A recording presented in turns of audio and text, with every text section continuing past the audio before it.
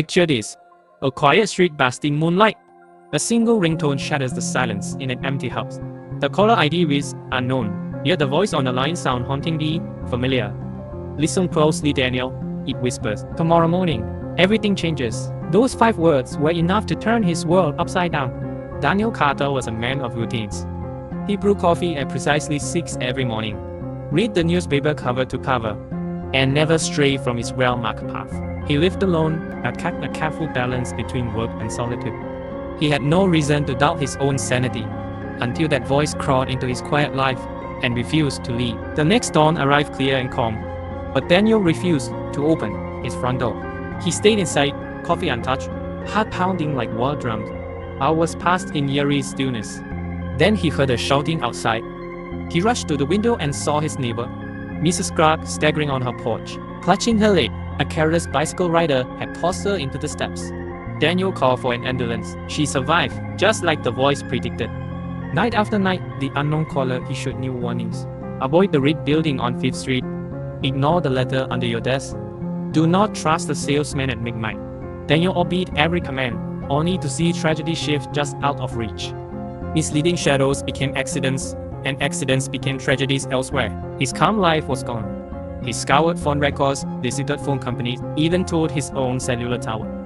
But every trail led to a dead end. Then, one night, the voice twisted reality. It spoke from inside his head. Tonight, Daniel, you will be the victim. He laughed in disbelief, certain he had cracked the code. He called the police, but the line was dead. His phone logs showed no incoming call. He was alone with the warning ringing in his ears. He barricaded his apartment, sealed windows with duct tape, and hid in the dark. He double-checked his locks and jammed furniture against the door. Every creak of the floorboards sent adrenaline surging through his veins.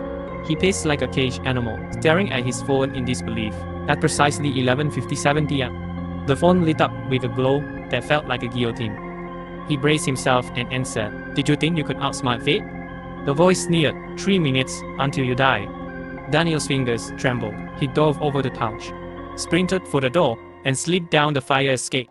Shadows lunged from every corner. He ran through silent streets, frantic and blind. At the edge of a construction site, he skidded to a halt.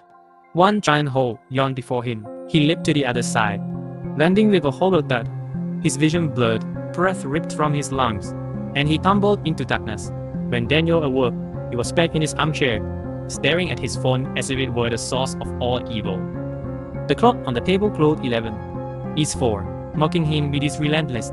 His heart froze in his chest. The phone rang again. He answered and heard that same voice, his own voice, and calm and cold. Hello, Daniel. Ready for another night. And then, it repeat. Images flashed before his mind. His fear, his flight, his fall. He sank deeper into horror. Understanding, he was trapped in the loop he himself created, doomed to answer that call. Night after night after night,